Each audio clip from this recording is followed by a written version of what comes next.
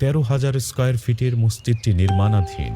আমরা যদি এই মসজিদটি নির্মাণে কিছু অর্থ দিয়েও অংশ নেই, তাহলে কিয়ামত পর্যন্ত যত মানুষ এই মসজিদে নামাজ পড়বে তাদের নামাজের সওয়াব আপনার আমলনামায় পৌঁছে যাবে। বিসমিল্লাহির রহমানির রহিম।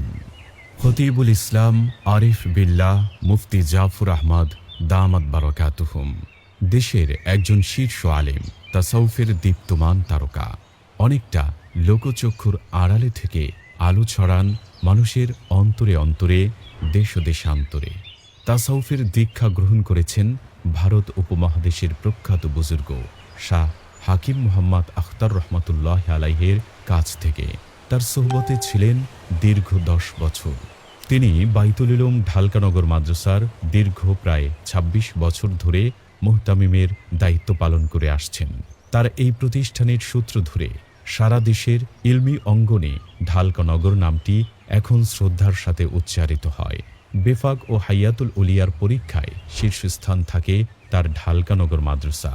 প্রতি বছর ভর্তির সময় ইলম পিপাসু শিক্ষার্থীদের যে ঢল নামে ঢালকানগরের আঙিনায়, সেই তুলনায় সেখানে জায়গা একেবারেই কম। ফলে হাজার হাজার মেধাবী এবং উত্তীর্ণ শিক্ষার্থীদেরকেও অনাকাঙ্ক্ষিতভাবে ফিরে যেতে হয়।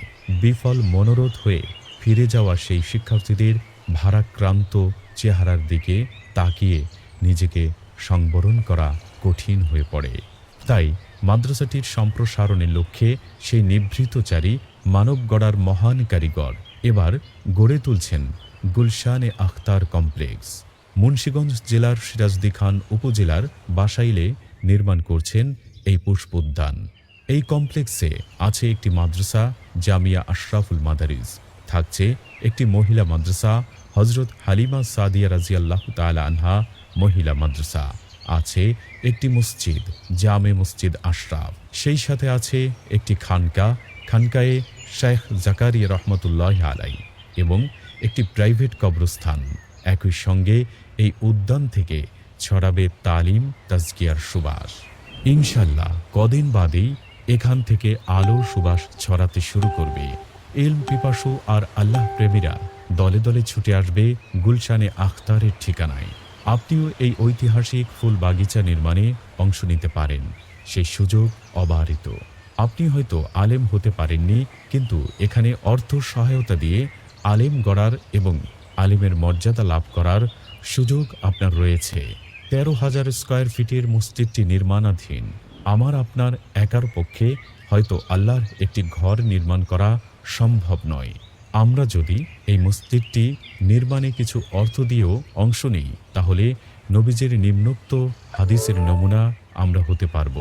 নবীজি সাল্লাল্লাহু আলাইহি সাল্লাম ইরশাদ করেন, যে ব্যক্তি আল্লাহর সন্তুষ্টির জন্য মসজিদ নির্মাণ করবে, মহান আল্লাহ তার জন্য জান্নাতে অনুরূপ ঘর তৈরি করে দিবেন। বুখারী হাদিস নং 450।